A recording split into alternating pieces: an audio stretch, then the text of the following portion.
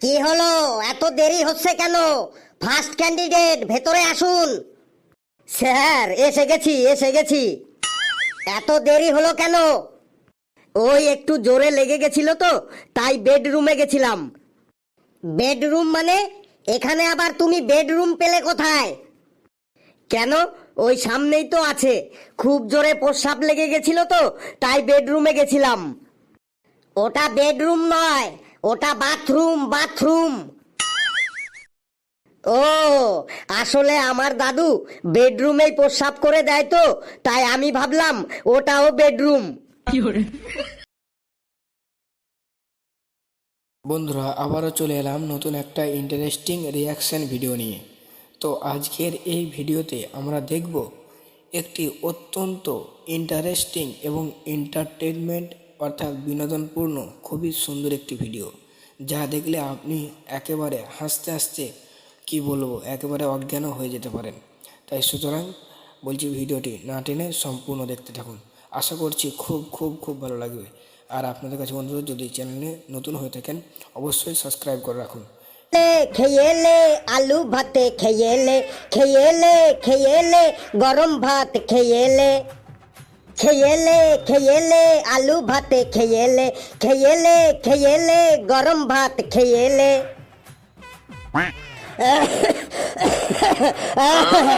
কি রে, তুই পটলের ছেলে পটাই না?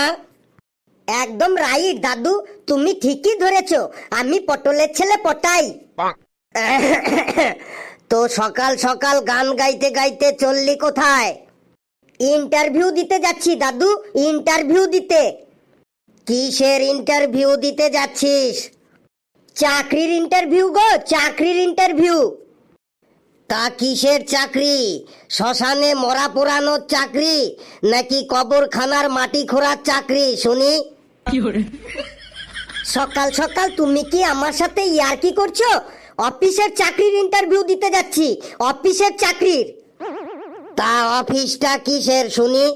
শ্মশানের অফিস নাকি কবরখানার অফিস? সেই আবার ঘুরে ফিরে একই কথা, শ্মশান আর কবরখানা। সকাল সকাল আমার মেজাজটাকে আর গরম করো না তো, যাও চুপচাপ বাড়ি চলে যাও।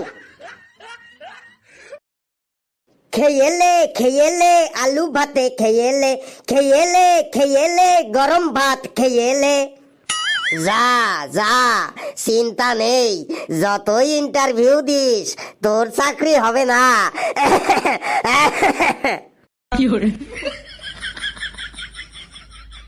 First candidate come in.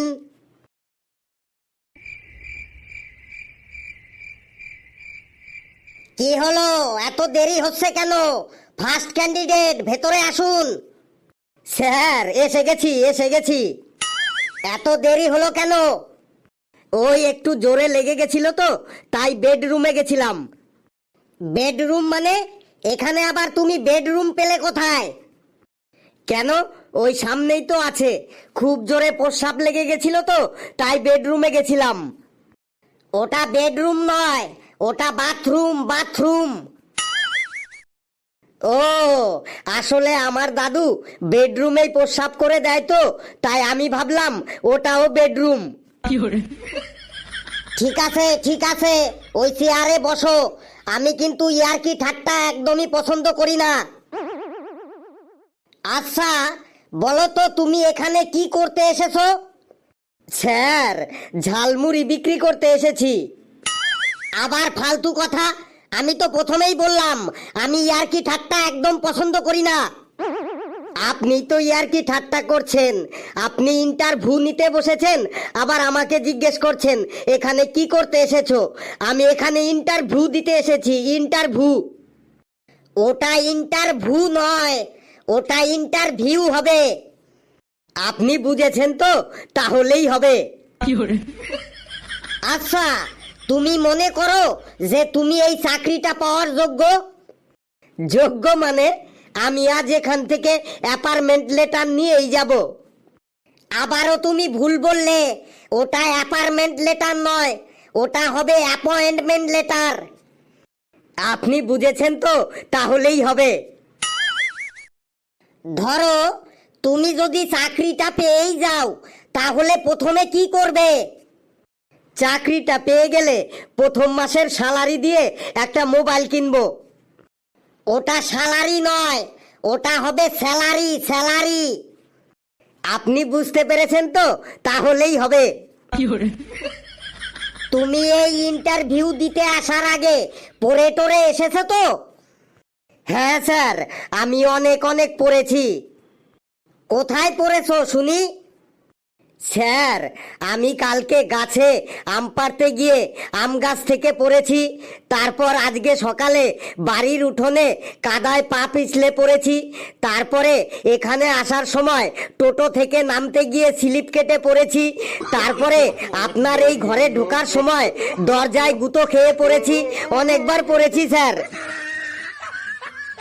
আরে, আমি ওই পড়ার কথা বলিনি, আমি বই পড়ার কথা বলেছি। কিসের বই? কার বই? কেন বই? কি করে বই? কিভাবে বই? কিসের বই? কার বই? কেন বই? এই, তুই বেরো তো এখান থেকে, তুই বেরো। কেন স্যার, ইন্টারভিউ নেবেন না? ইন্টারভিউ? আবার তুই ইন্টারভিউ বলছিস? তুই বেরো। কিসের বই? কার বই? কোথাকার বই? কেন বই? তুই বেরোবি কি না? সকাল সকাল কোথা থেকে পাগল ছাগল এসে জুটেছে। Next candidate come in. Sir, may I come in? হ্যাঁ হ্যাঁ, come in, come in, sit down. বাহ, তোমার জামাটা তো খুব সুন্দর। স্যার, আমার জামাটা আপনার পছন্দ হয়েছে? পছন্দ মানে খুব খুব পছন্দ হয়েছে। আপনি নেবেন? তাহলে এখনই খুলে দিচ্ছি। না না, তোমার জামা আমি নেব। তোমার বাড়িতে যদি কেউ জিজ্ঞেস করে তোমার জামাটা কোথায় গেল, তখন তুমি কি বলবে? স্যার, কেউ জিজ্ঞেস করবে না। যদি কেউ জিজ্ঞেস করে তাহলে বলবো জামাটা চোরে নিয়ে গেছে। ছেলেটা আমাকে চোর বানিয়ে দিল। আচ্ছা আচ্ছা, তুমি বসো বসো। আচ্ছা, আমাদের রেকর্ড অনুযায়ী যা দেখছি তোমার নাম পটাই, তাই তো? একদম রাইট স্যার। তো পটাই বাবু, ইন্টারভিউ স্টার্ট করি? ইয়েস স্যার, স্টার্ট করুন। তুমি বলো তো, প্রতিবেশী কাকে বলে? স্যার, প্রতিবেশী? বলছি স্যার, যারা শূন্যে কম বোঝে বেশি, যেটা দেখে তার থেকে বাড়িয়ে বাড়িয়ে বলে বেশি, তাদেরকেই বলে প্রতিবেশী। কথাটা তুমি ঠিকই বলেছো, কিন্তু আরেকটু ব্যাখ্যা করে বললে ভালো হয়। স্যার, ব্যাখ্যা করে বলবো? বলছি স্যার, নিজের বাড়ির খোঁজ নাই, পরের বাড়ি দেখে বেড়াই, তারাই হলো প্রতিবেশী। নিজের মেয়ের খোঁজ নাই, পরের মেয়ে দেখে বেড়াই, তারাই হলো প্রতিবেশী। নিজের ঘরে কে ঢুকছে সেই দিকেতে নজর নাই, পরের ঘরে কে ঢুকছে সেইটা যারা দেখে বেড়ায়, তারাই হলো প্রতিবেশী। নিজের ছেলে মদ মাতালে সেই দিকেতে খোঁজ নাই, পরের ছেলে কি করছে সেইটা যারা দেখে বেড়ায়, তারাই হলো প্রতিবেশী। Very good, very good. আর বলতে হবে না, আমি বুঝে গেছি। নাও, এবার ভূগোল থেকে একটা কোশ্চেন করছি। বলো তো, সাইক্লোন কাকে বলে? স্যার, সাইকেল কেনার জন্য ব্যাংক থেকে যে লোন নেওয়া হয় তাকেই সাইক্লোন বলে। সাইকেল কেনার জন্য ব্যাংক থেকে যে লোন নেওয়া হয় তাকেই সাইক্লোন বলে? তুমি কি এখানে ইয়ার্কি করতে এসেছো? না স্যার, যেটা জানি সেটাই বললাম। এবার জীবন বিজ্ঞান থেকে একটা কোশ্চেন করছি। বলো তো, কি খেলে চোখের পাওয়ার ঠিক থাকে? স্যার, ঘাস খেলে চোখের পাওয়ার ঠিক থাকে? কি উল্টো পাল্টা অ্যান্সার দিচ্ছ? ঘাস খেলে চোখের পাওয়ার ঠিক থাকে? কিছুই উল্টো পাল্টা অ্যান্সার দিইনি। গরু ছাগলকে কখনো চশমা পড়তে দেখেছেন? ওরা ঘাস খায় বলে ওদের চোখের পাওয়ার একদম ঠিক থাকে। গরু ছাগলকে দেখেই বোঝা যায় ঘাস খেলেই চোখের পাওয়ার একদম ঠিক থাকে। নে, এবার লাস্ট কোশ্চেন। বলতে না পারলে এখান থেকে কেটে পড়বি। বল, সেলফিশ কাদের বলে? স্যার, যারা মাছ বিক্রি করে তাদেরকেই সেলফিশ বলে। বলিস কি? যারা মাছ বিক্রি করে তাদেরকেই সেলফিশ বলে?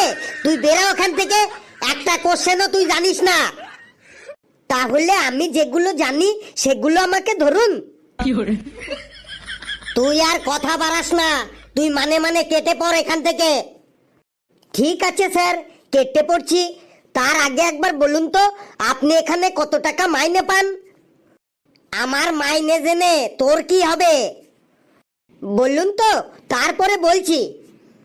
আমি 20,000 টাকা মাইনে পাই এখানে। আচ্ছা স্যার, আপনাকে আমি কয়েকটা কোশ্চেন করছি, যদি তার ঠিকঠাক উত্তর দিতে পারেন তাহলে আপনাকে আমি 50,000 টাকা মাইনে চাকরির ব্যবস্থা করে দেব। আবার তুই ইয়ার কি করছিস? ইয়ার কি না, সত্যি বলছি স্যার, আপনার দিব্যি দিয়ে বলছি। বেশ, কর, তাড়াতাড়ি কোশ্চেন কর। এই 20,000 টাকা মাইনের চাকরিতে আমার আর সংসার চলছে না। নিন তাহলে শুরু করছি। বলুন তো, এমন কি জিনিস আছে যেটা জন্ম থেকেই বুড়ো? এমন কি জিনিস আছে, এমন কি জিনিস আছে যেটা জন্ম থেকেই বুড়ো? দাদু, দাদু জন্ম থেকেই বুড়ো।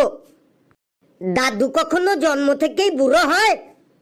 নে, তাহলে তুই বলে দে, এমন কি জিনিস আছে যেটা জন্ম থেকেই বুড়ো?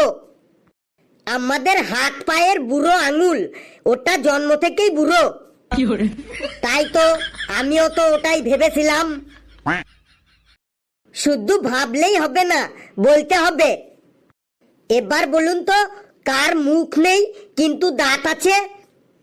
মুখ নেই কিন্তু দাঁত আছে, এমন আবার হয় নাকি? হয় বলেই তো বলেছি। নে, তাহলে তুই বল, কার মুখ নেই কিন্তু দাঁত আছে? এটা হলো চিরুনি। চিরুনির মুখ নেই কিন্তু দাঁত আছে। ও শেট, এটাও আমি জানতাম। শুধু জানলেই হবে না, বলতে হবে।